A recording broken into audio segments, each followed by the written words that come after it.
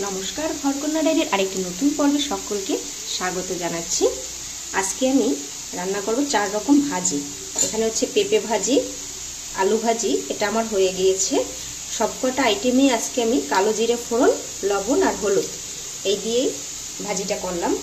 আর এইদিকে হচ্ছে চিচিঙ্গা ভাজি, চিচিঙ্গা, আর এইদিকে কচুরলতি। আজকে সব আইটেম ভাজাভুজি আর ভাত হবে। দেখুন, এটাতেও কচুরলতিতেও আমি কালো জিরে ফোড়ন দিয়েছি আর হলুদ লবণ পরে দেব। লবণ এখন আগে থেকে দিলে তাহলে কচুরলতিটা গলে যাবে, তার জন্য লবণটা আমি পরে দেব।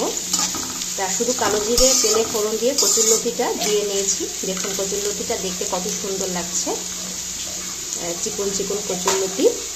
এদিকে চিচিঙ্গা ভাজিতেও শুধু কালো জিরে ফোড়ন দিয়ে হলুদ লবণ বাস এটুকুই। আর এদিকে এই ভাজি, আজকে রান্নার আইটেম এইগুলোই, সাথে ভাত। কার কার ভালো লাগলো আজকের এই রান্নার এই ভিডিওটি?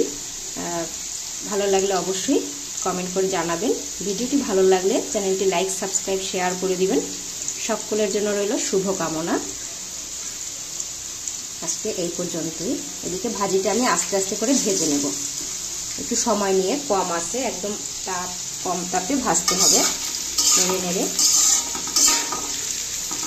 দেখুন